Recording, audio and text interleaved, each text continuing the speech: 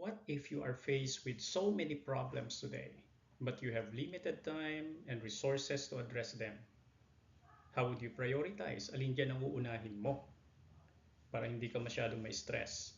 In Lean Six Sigma, we use a very practical tool called Impact Effort Matrix. How does it work? Simple. You just need to draw a table like this, a four-quadrant table, and then label it impact and effort.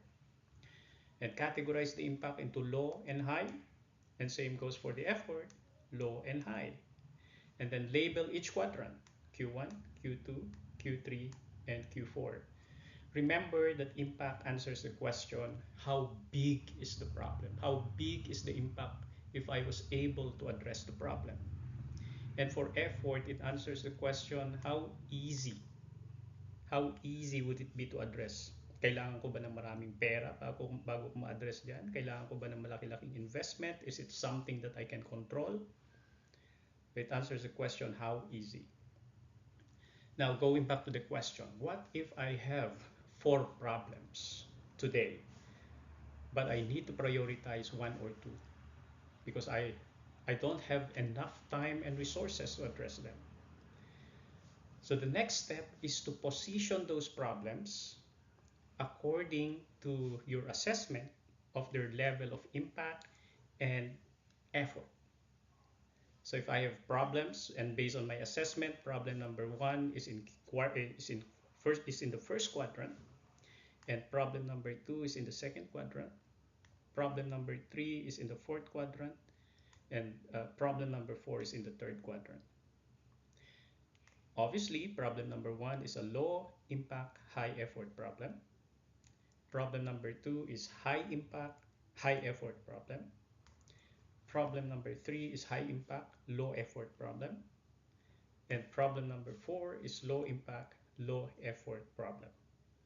Now, back to the question. Alin dyan ang uunahin ko? Di ba mas obvious na? Mas obvious na kung alin dyan ang uunahin mo.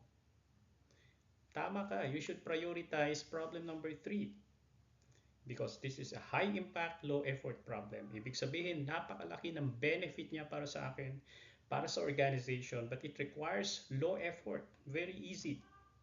It is something that I can address now or tomorrow or the next day dahil mabilis lang gawin. But the impact is huge, high. And the second priority obviously is problem number 2 because this is a high impact, high effort problem. Pero make sure na uunahin mo muna itong priority 1 bago ang priority 2. And obviously, priority 3 is problem number 4 because this is a low impact, low effort problem. So kahit pa ma-address mo yan at kahit mabilis lang yan gawin, napakaliit yung impact nyo sa organization. And lastly, priority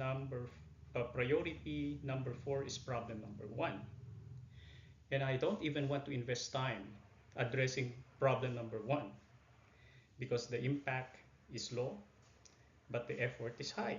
So ibig sabihin mas malaki pa yung gagastusin ko diyan kaysa sa benefit ng problema kapag na-address ko.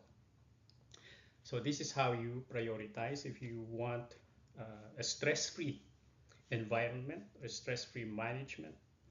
Make sure that you work smart, you prioritize your problems. And I hope this helps. Good luck.